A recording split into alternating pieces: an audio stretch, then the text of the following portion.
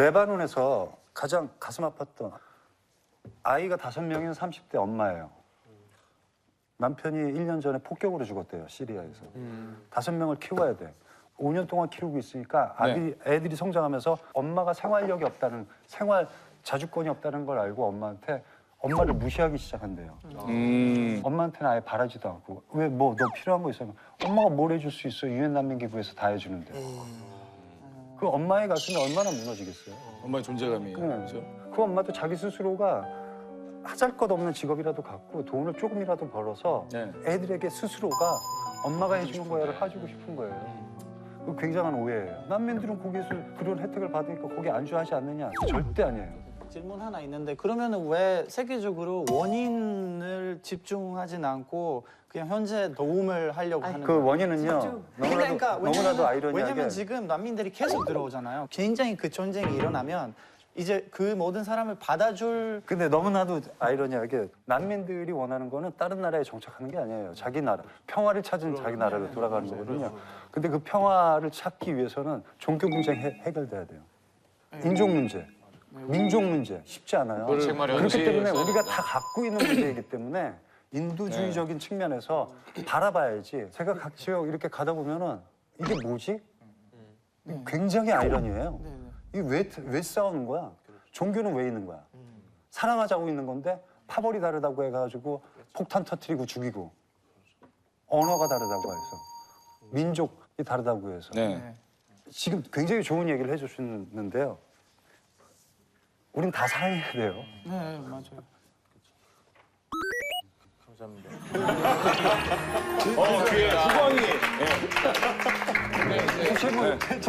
푸쉐무시하고 사랑합니다.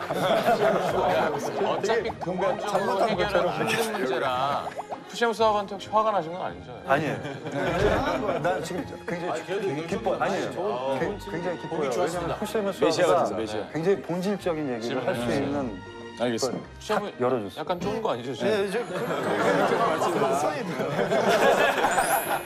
자, 난민을 받느냐 안 받느냐도 문제지만 받아들인 난민을 어떻게 현지처럼 잘 적응할 수 있게 도와주느냐 프로그램도 중요하잖아요. 네네. 각 나라에 좀 이렇게 난민의 적응을 돕는 혜택이나 도움이 뭐가 있는지 소개해 주시면 좋을 것 자, 같아요. 먼저 캐나다.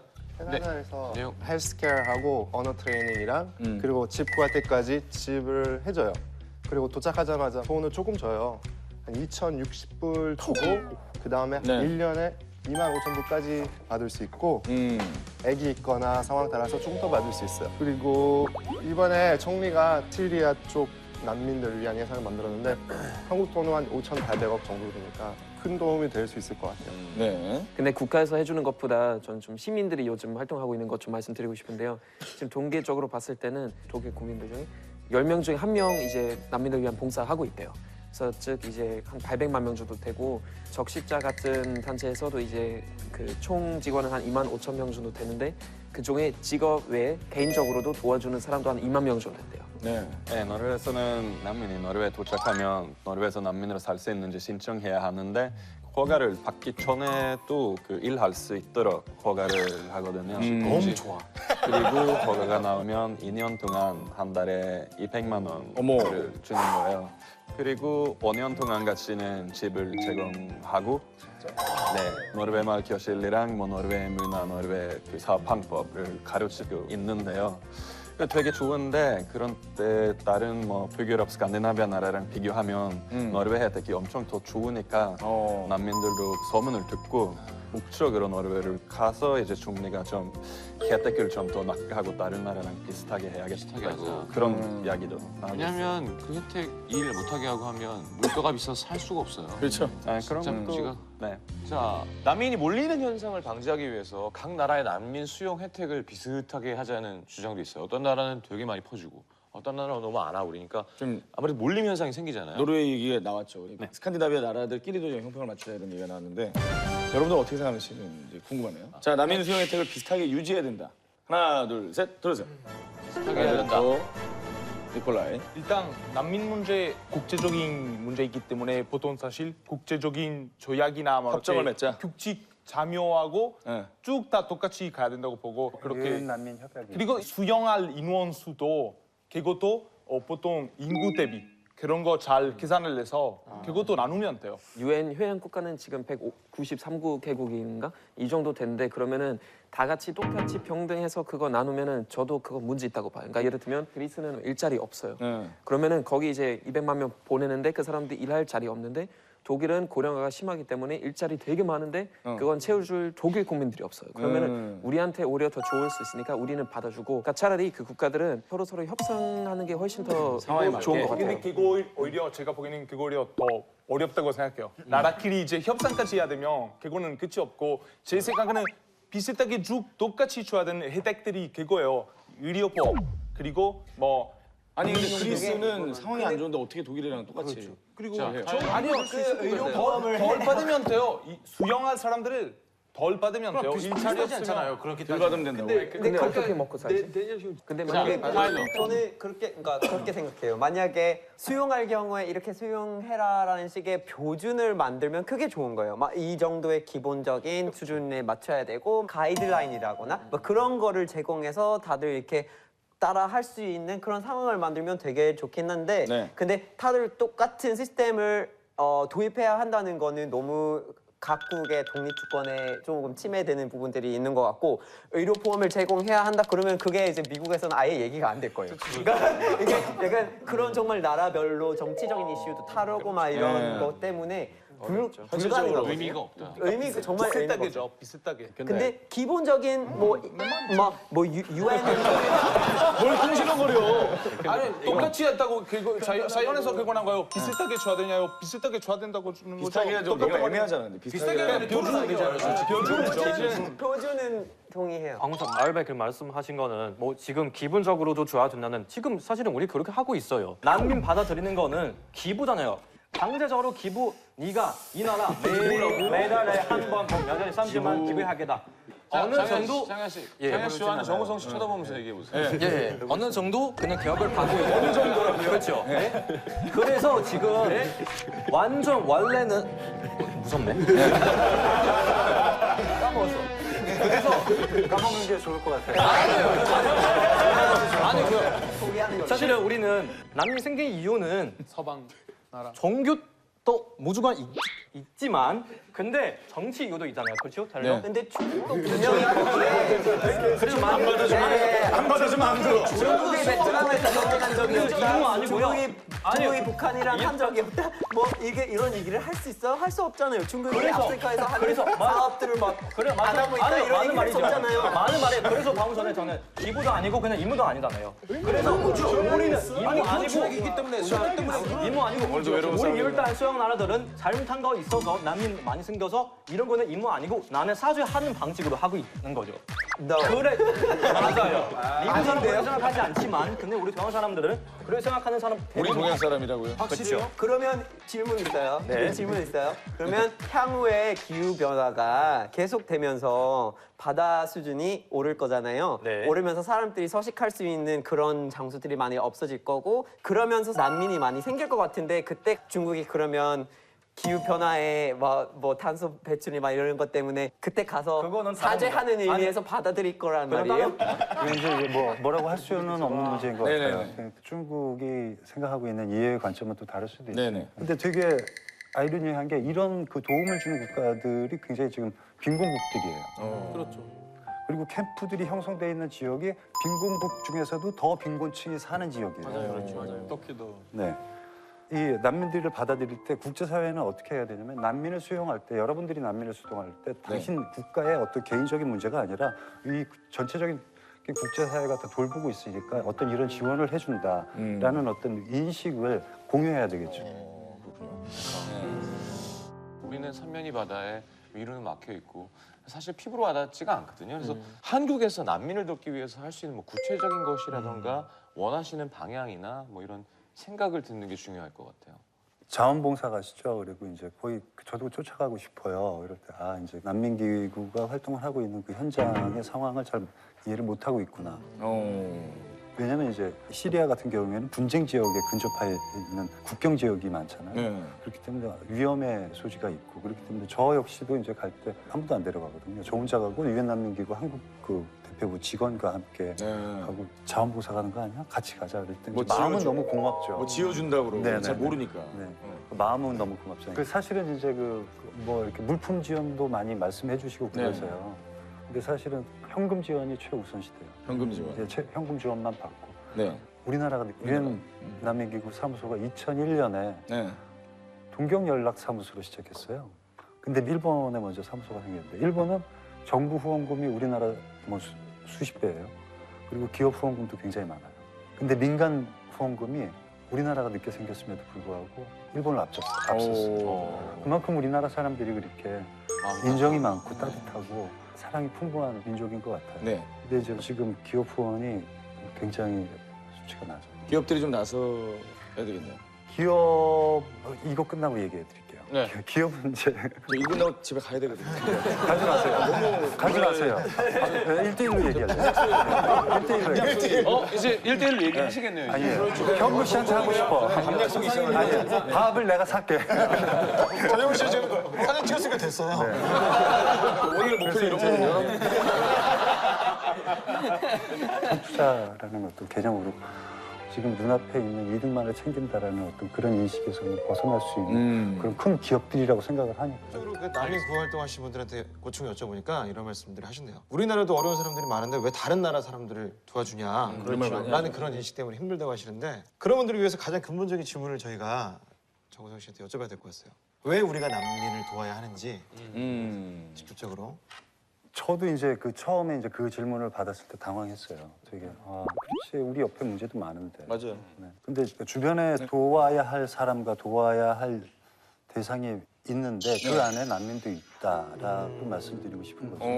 난민만 도와라. 난민이 최우선이다. 이렇게 얘기할 수는 없는 것 같아요. 자, 작년에 해서 올해도 난민 문제가 이제 국제적인 화두가 됐습니다. 근데 그때랑 또 상황이 달라진 것 같은 게 워낙에 난민 관련 범죄, 테러 등이 또 발생을 하면서 우호적이었던 나라들로 급격히 좀 방향을 전환하는 나라들도 있고요. 반난민 정서가 확대돼서 난민들 상황이 더 악화되고 있는 상황이죠. 독일 궁금해, 독일. 네. 적극적이었는데 원래. 그렇죠. 그러니까 메르크 총리가 작년까지만 해도 우리는 뭐 해낼 수 있다. 또 난민 들어오는 거는 유럽한테 기회다라고 얘기했었고 우리는 강한 국가이니까 다 해낼 수 있다고 이제 계속 얘기했었는데요. 근데 두 가지 이유 때문에 그 정책을 좀 바꿨어요. 첫 번째는 이제 인프라 차원에서는 우리 더 이상 받아들이기는 좀 어려운 상태예요. 지금 뭐 100만 명 넘으니까. 100만 명. 네. 그리고 두 번째 이유 뭐냐면은 제 고향인 컬른에서 작년 연말에 굉장히 큰 사건이 있었어요. 거기 컬른 중앙역에서 이제 지나가는 여자들 대상으로 남자 1000명 이제 대략 성추행을 한 거예요. 근데 알고 보니까 그거는 다 이제 난민 아니고 특히 북아프리카 쪽에서 온 이민자들이었어요. 근데 전체적인 사회 분위기 뭐냐면은 그 나라들에서 온 사람들 약간 이런 나쁜 짓을 지르니까 우리는 남들 조심해야 된다. 싸잡아서 이제. 저희도 사실 테러 사건 이후에 좀 반난민 전소가 다시 많아졌어요.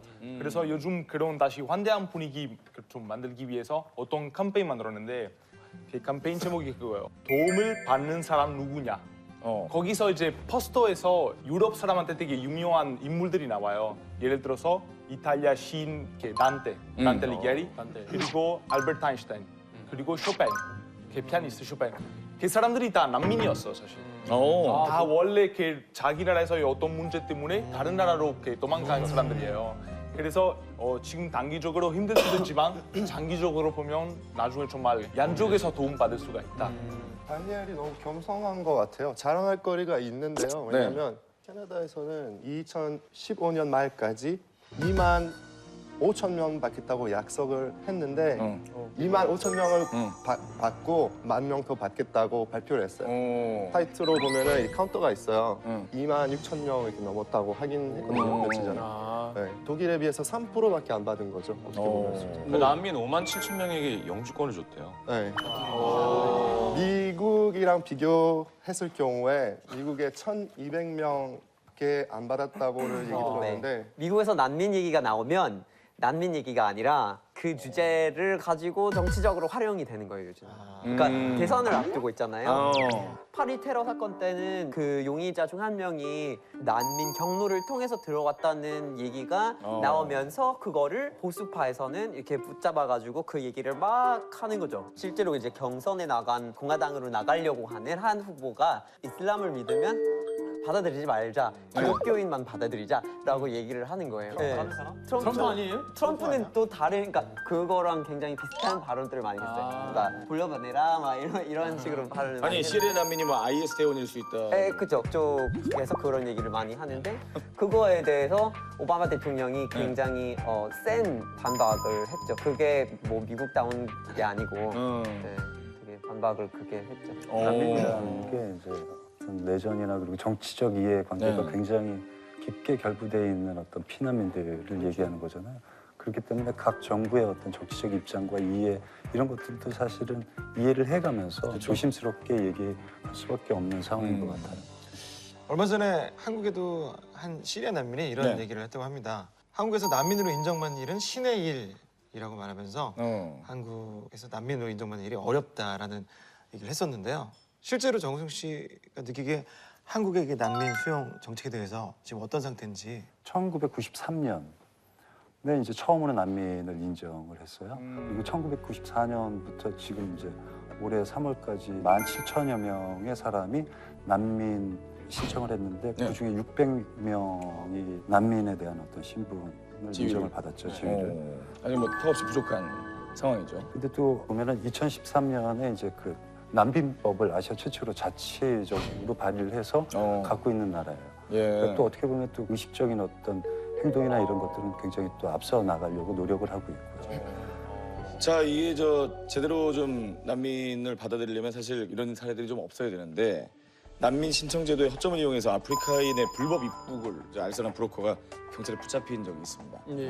이런 일부의 사람들로 인해서 진짜 도움이 필요한 사람들이 이제 피해를 보고 있는 상황이 생기고 있는데 각 나라에 이렇게 난민과 관련된 이슈가 있나요? 독일에서 좀 큰 이슈 뭐냐면은 난민 어린이 실종 이슈 좀 많아졌어요. 그러니까 뭐냐면은 실종에 특히 그 인신매매 관련해서 독일에서 한 6천 명 정도 실종됐다고 해요. 난민 어린이들. 그 중에 이제 한 550명 정도 14세 미만이고 가족과 떨어져서 혼자서 유럽에 도착한 난민 아이들은 거의 한 9만 5천 명 정도 된대요. 그렇게 많아요? 네, 9만 5천 명 돼 있는데 그 사람들은 보호자도 없고 언어도 이제 통하지 않기 때문에 어떤 인신매매에 관해서 굉장히 당하기 쉬운 상대가 되는 거죠. 근데 이제 좀 큰 문제 뭐냐면은 우리는 어떤 난민 등록 시스템이 아직 잘 돼 있지 않기 때문에 앞으로 그 규모가 더 커질 수도 있대요. 근데 이제 독일만의 문제뿐만 아니라 이탈리아에서도 한 5천 명 정도 실종됐다고 얘기하고 스웨덴에서도 거의 한 1,000명 정도 실종됐다고 이제 보도가 나왔어요. 그래서 좀 빨리빨리 하루빨리 그거에 관련된 해결법을 이제 찾아야 되겠죠. 어린이 문제가 또 심각하네요. 교관님도 이제 지난 4월에 이렇게 그리스 레스포스 섬 갔다 오셨는데 난민 캠프에 어린 애들한테 선물이랑 그림 같은 거 많이 받으셨어요. 근데 어떤 그림 안에서 애가 이제 이렇게 철조망 있잖아요. 철조망 붙어 있고 거기 밖으로 보는 그런 얼굴 나와요. 되게 슬픈 장면이고 또 다른 그림에서 태양 있는데 근데 원래 태양이 웃어야 되는데 울고 있었던 거예요. 교관님이 그거 보시고 공개적으로 이제 이거 애들부터 정말 다 너무 큰 고통받고 있고 원래 그 사람들이 자유를 위해서 이렇게 도망왔는데 여기도 자유가 없고 그리고 사실 그런 음식도 부족하고 너무 문제들이 많아서 저희도 이제 교관님 덕분에 다시 한번 좀 화제되고 그렇게.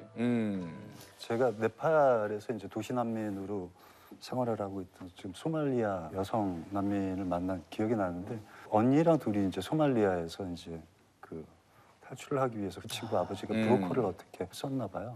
그 브로커가 중간에서 이 친구랑 이 언니를 나쁜 쪽으로 막 돌렸나 봐요. 성추행도 당하고 언니랑 끝내는 헤어지고 사실 이제 그 안 좋은 열악한 상황에 있어서 이 사람들을 이윤의 대상으로 하는 그런 악질적인 기생하는 거죠. 그 소말리아 갑자기 여성분이 갑자기 생각이 나네요. 그 노르웨이 리스타우 장관이란 사람 정치가가 있는데 네. 그리스 레스포스 바다 쪽으로 가서 바다를 통해서 그리스에 타는 그 사람들의 그 체험을 하겠다고 해서 바다 안에 들어가는 그런 영상도 나왔는데 처지를 체험해 보겠다 그랬대요. 그런데 좋았던 거. 근데 금형 수트 다 입고 이렇게 편하게 돌 수 있는 거 약간 웃으면서 되게 자연스럽 끝난 후에도 좀 웃으면서 체험 해봐서 좋았습니다 같은 되게 태도가 안 좋은 저도 봤을 때 좀 되게 부끄럽고 좀 비판할 만한 욕 많이 먹었겠죠. 그렇죠. 레스포스 섬 얘기가 잠깐 나왔는데 네. 사실 그리스는 이제 그 난민이 한 7천여 명, 2015년까지 그러다가 이제 갑자기 시리아 사태로 이제 그 난민이 급증하게 됐는데 레스포스 섬은 그 자원봉사 그리고 그 지자체, 시장, 자발적인 어떤 자원봉사자들의 힘으로 그 난민들이 보호되고 있었어요. 그 레스포스 섬 주민들, 자원봉사자들은 지금 노벨 평화상 후보로 지금 논의되고 있어요. 자발적으로 이제 난민들 도왔고요. 이거 사실 그리스인데 진짜 손해 많이 보는 거예요. 왜냐면 그리스 경제 위기 때문에 관광에 많이 의존하고 있어요. 그걸 약간 포기하고 그거 포기하고 그 사람들이 계속 받아들이고 그 관광률이 30% 정도 줄었어요. 그런데 우리 계속 받아들이고 천사들이에요. 근데 유럽, 독일이나 북유럽 가기 위해서 마케도니아라는 나라 통해서 가야 돼요. 그런데 마케도니아 구경을 막혀서 난민들이 계속 모이고 있어요. 그래서 레프카다이라는 도시는 원래 인구가 150명이었는데 이제 뭐 10,000명. 아이고. 진짜 난민밖에 없고 저희 부모님 직접 거기 갔어요. 상황이 진짜 그런 사진 찍었는데 진짜 믿을 수 없었어요. 네.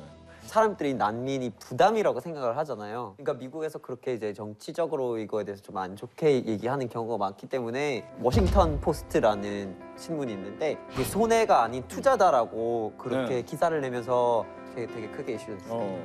그 인텔 쪽에 앤드루 그로브. 그러니까 헝가리 난민이었는데 반도체를 개발하면서 그러니까 지금 우리가 사용하는 핸드폰이 다 그 사람의 일로 가능해진 건데 근데 그런 것들이 다 있었던 거예요. 네. 자, 근데 저기 원래 그 녹화 분위기가 이런가요? 뭐 딴 얘기 좀 잠깐 하고 갔다 아니 올까요? 지금 타이밍에 개콘 승 한번 해주시면 될 것 같아요. 하늘을 보시고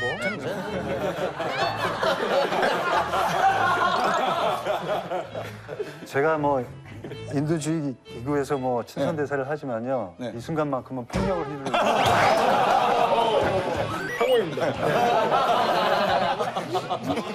자 이거 한번 얘기해보죠. 네. 그 난민 수용으로 인한 경제적 영향력에 대해서 사실 각 나라마다 의견이 대립이 되거든요. 한번 표결해 보겠습니다. 난민 수용이 국가 경제에 도움이 된다, 아니다, 안 된다. 만약에 국가 경제에 도움이 된다고 생각하시면은 손을 들어주시기 바랍니다. 하나, 둘, 셋. 들으세요.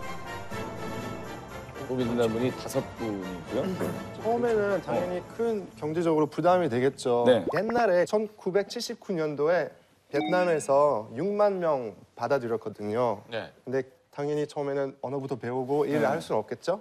근데 나중에 10년 뒤에 그 사람들 사이에서 조사를 보니까 실업률 되게 낮더라고요. 그러니까 일반 캐나다보다도 더 낮았어요. 실업률이. 근데 인프라 뭐 그런 시설이 안 돼 있으면 경제에 도움이 될 수가 없어요. 이탈리아 같은 경우는 저희 루안다 내전 때문에 난민들이 많이 들어오기 시작했는데 시설 만들고 혜택도 엄청 많이 줘요. 그러면 그때부터 도움이 많이 받았어요. 왜냐면 이제 일도 많이 하고 경제 활동도 하고 그런 건데 근데 지금은 난민 너무 많기 때문에 시설이 너무 부족하고 오히려 엉망이에요. 이집트가 완전히 반대인 것 같아요. 우리가 난민이 처음 들어왔을 때부터 그냥 아무 부담이 되지 않고 경제에 오히려 더 좋은 역할을 하고 있는 것 같아요. 네. 특히 시리아 사람들이 사업 그 수완이 너무 좋다 보니까 와서 자기 사업을 시작하는 거예요. 그다음에 더 신기했던 게 사람들이 많이 안 살던 지역에 가서 거기서 살기 시작하니까 이제 활발해지고 이 시리아의 수도는 다마스커스인데 그 사람들이 자기 문화를 지키다 보니까 작은 다마스커스도 생기고 사업이 잘 되고 오히려 백만장자들도 많이 생겼어요. 자기가 열심히 해서 이런 것을 만든 거죠. 아, 너무 많은 손을 왜 이렇게 많이 들어요? 니콜라 잠깐만. 니콜라 아까부터 정우 선수도 아까부터 이렇게 계속 이렇게. 홍수맘땡인가요? 손을 들어야 되는 걸 이제 알았어요. 잠깐만요. 그동안 타이밍을 드린 거예요. 언제 뛰어들까 하다가 바로 들어오는 자, 어디 가도 이렇게 사업할 수 있도록 일단 어떤 뭐 교육이나 적응할 수 있도록 도와줘야 하는 거죠. 노르웨이 경우에는 난민자 한 명에 대해서는 5년 동안 보면은 1억 4천만 원 정도는 정부를 쓰는 건데 지금 노르웨이에서는 200만 명 정도 난민 살고 있어요. 그래서 노르웨이에서는 석유 펀드가 있고 그 석유 펀드는 석유가 다 없어질 때부터 쓸 예정이었는데 지금 난민이 너무 많이 들어와서 이제 어쩔 수 없이 그 석유 펀드의 돈을 지금 쓰고 있어요.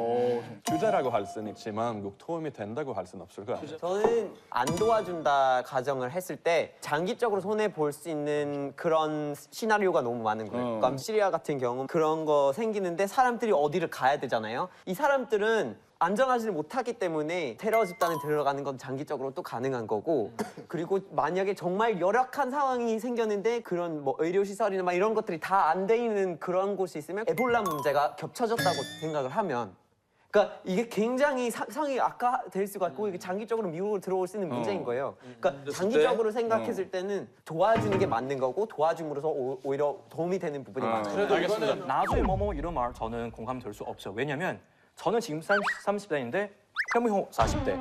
10년 후에, 20년 후에 정부가 현민호한테 너 지금 괜찮아, 세금 좀 내. 20년 후에 너 잘 살 수 있다. 기분 좋아요? 안 되죠. 왜냐면 나 왠지 기분이 나쁜데? 그렇죠. 나 왜 기분이 나쁘지? 다른 나라 사람 때문에 나 20년 동안 그렇게 참으면서 살아야 됐는데 기분이 좋지 않아요. 그래서 난민들에게 받아들이는 돈보다는 그런 돈으로 일부분 수용 능력이 있는 나라에게 지원 주고 그렇게 하면 더 좋다고 생각해요. 우리가 받지 말고 남을 도와주자. 카를로스.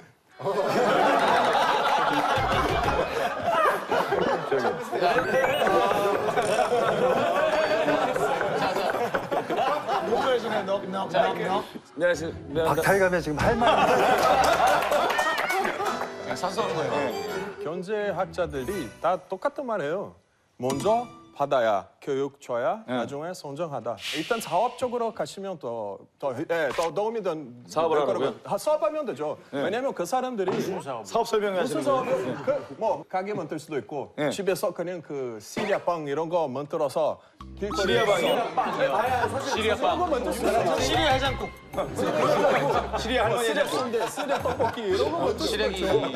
고깃집도 만들어서 길거리에서 팔면 이 사람들이 어느 정도 사업적인 마음 가지고 있고 뭔가 하게 되면 열심히 할 거고 성공할 가능성이 질문까지 있어요. 저는 질문 하나 있어요. 이 장면은 뉴스에서 본 것 같은데. 저는 도움이 된다 안 된다를 잘 못할 것 같아요. 왜냐면 이 말도 맞고 저 말도 맞고. 맞아요. 이집트 같은 경우에는 인접국이잖아요. 언어에 대한 장벽이 크지는 않을 거예요. 그러니까 그 나라에 와서 적응할 수 있는 시간이 너무 빨라요. 그러니까 사회의 일원으로서 역할을 담당할 수 있어요. 근데 뭐 캐나다나 뭐 노르웨이 이런 데 가면은 이제 언어에 대한 습득에 대한 기간이 걸려요. 그 기간은 이제 그 나라에서는 굉장히 투자의 시간으로 볼 수밖에 없는 거죠. 그래서 국가 경제에 도움이 된다는 겁니까? 안 된다는 겁니까? 되는 국가도 있고 안 되는 국가도 있어요. 우리는요? 우리요? 한국? 우리는 도움이 될 수 있는 여지가 많죠. 된다는 걸로 정리하겠습니다. 네네. 얘는 뭐 아니면 뭘 좋아하기 때문에. 아 그래요? 네, 도움이 된다는 쪽으로 도움이 돼요. 무관하게 먹고 살고 있습니다. 형님이 그렇게 말씀하시면 저도 도움이 될 수도 아니 언제부터 형님이야? 왜냐면 나라 좀 달라. 남수단에 굉장히 많은 중국 기업이 있어요. 그 나라가 재건될 때 엄청난 이득이 있다는 걸 알고 있어요.